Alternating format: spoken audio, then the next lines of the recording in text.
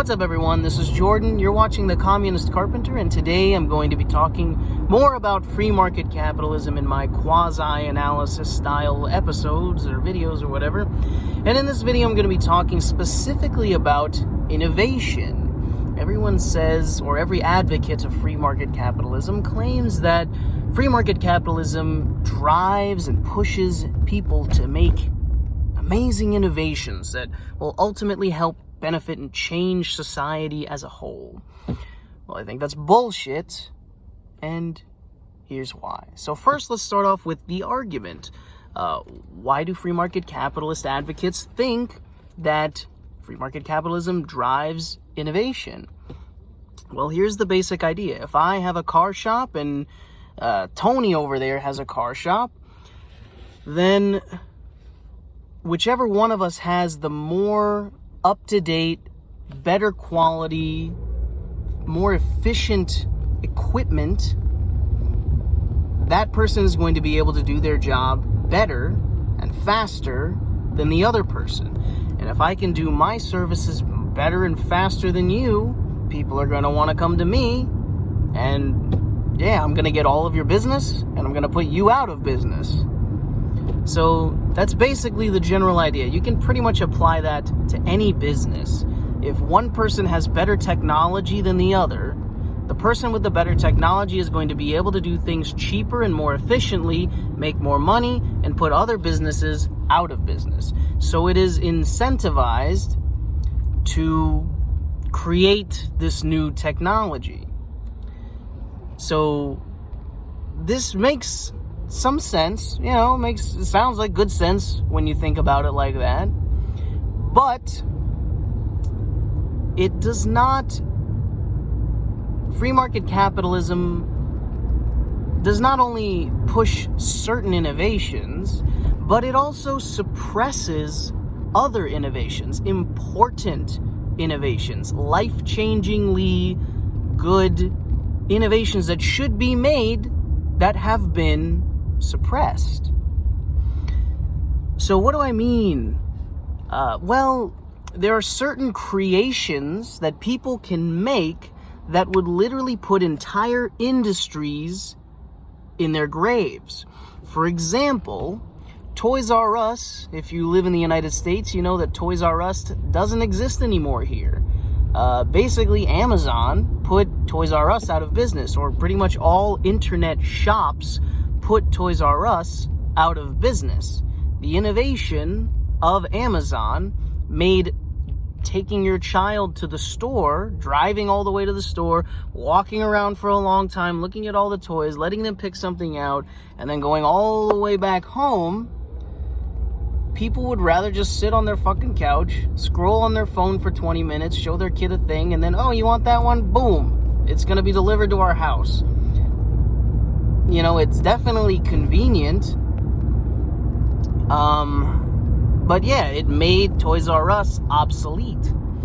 Another innovation that makes another one obsolete, for example, is VHSs. VHSs are old and big and bulky, and you have to rewind them with a little fucking pencil or something. Well, not a pencil, that's a tape deck, but anyways, yeah, CDs were a lot more compact, thinner, lighter. You didn't have to fucking turn the thing back. So yeah, they made VHSs obsolete. Same thing with digital music players. Digital music players have made CDs now obsolete. So those are innovations or improvements in technology that can be made that put other entire industries out of business. Blockbuster doesn't fucking exist anymore because no one rents the VHSs and no one rents CDs anymore. Unless you're one of those people who goes to a red box and actually gets a physical copy of a movie. Now, well, that doesn't sound so bad, does it? Like, I like my digital music playing devices. I like my improved tools that I use during my daily work. Like, I have a drill gun, so I don't have to use a screwdriver.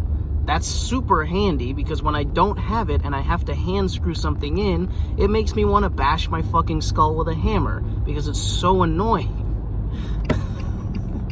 Not really, but you know.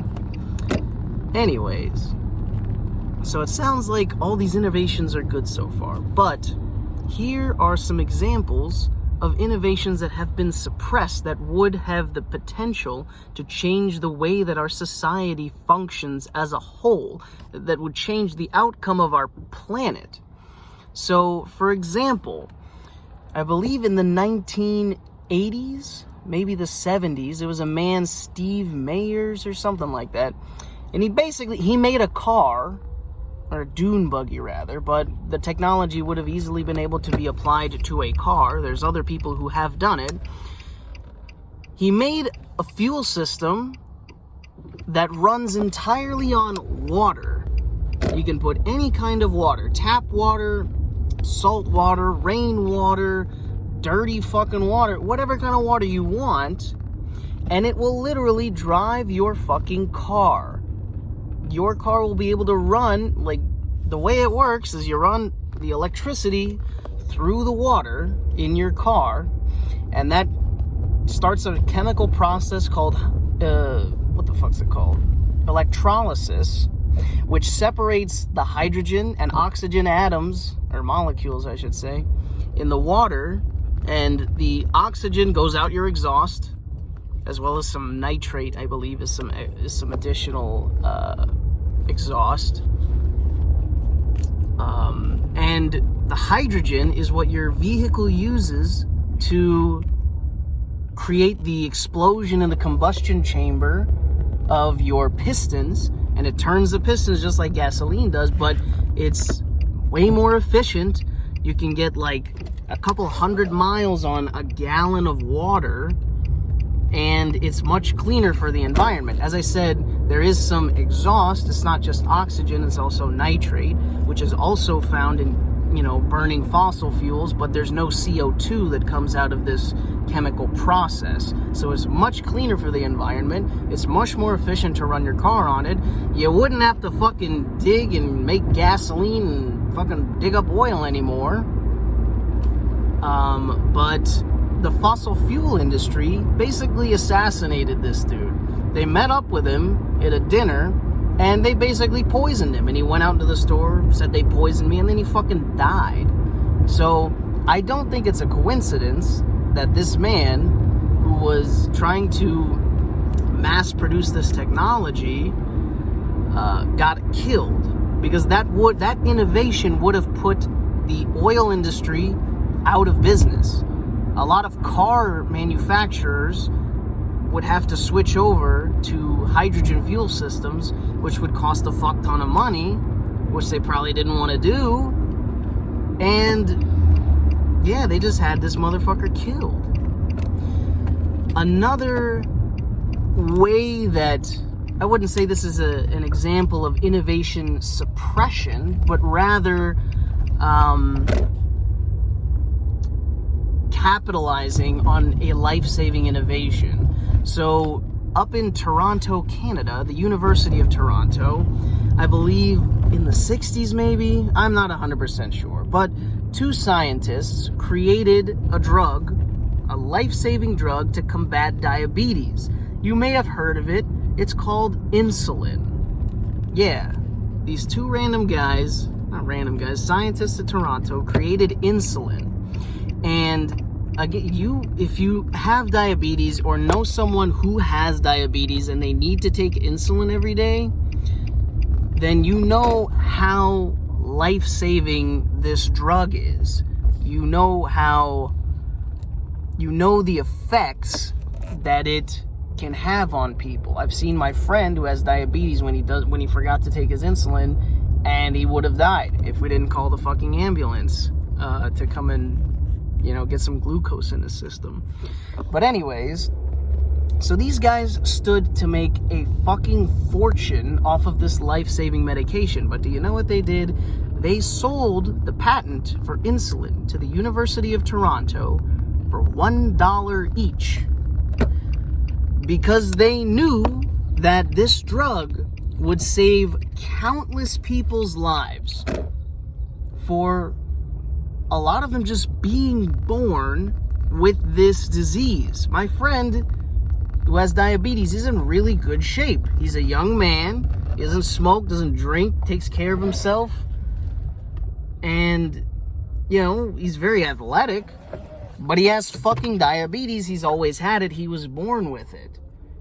There's literally nothing he can change about his lifestyle to get rid of his diabetes. So he needs this medication to live.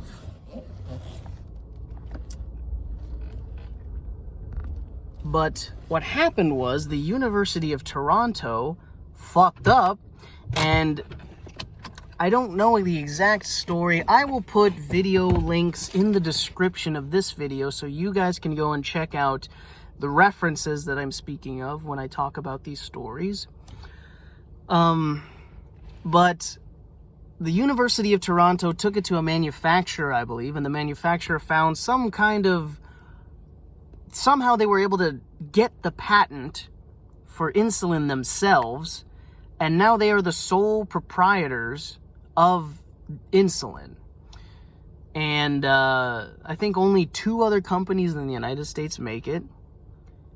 And yeah, people just have to pay a fuck ton of money for insulin now because these people capitalized off of life-saving medication. If you go up to Canada, insulin is like $6. And if you live in the United States, insulin is like $600. So, yeah, that's the same exact vial of insulin made in the same factory. These 2 little bottles could be right next to each other in the fucking factory. And this one goes to Canada and this one goes to the United States. So all of a sudden this one is $6 and this one is $600. That's fucking bullshit. But that's because Canada has some fucking universal health care. And you can't charge that much for fucking medicine. And their economy is not in the shitter, as far as I know. I don't live there, but, you know, certainly it ain't bad. I ain't hearing about it. So, yeah, we don't have to charge that much for that kind of shit. But that is an example of how capitalism takes life-saving innovations and capitalizes off of it, making it an unaffordable luxury for the masses, and also how they suppress innovations that could revolutionize the way that our society functions. So, yeah, fuck free market capitalism. It does not support any meaningful innovations. If you watch commercials on TV for literally anything, you'll see the innovations that are created in this capitalist society are fucking stupid. Like, you don't like cutting your apples? Use the slap chopper. It's this little thing and you just slap it and it chops up your fucking apple. Wow! How could I have ever lived without this novel device? Now let me go and pay $600 for my life-saving medication. Really?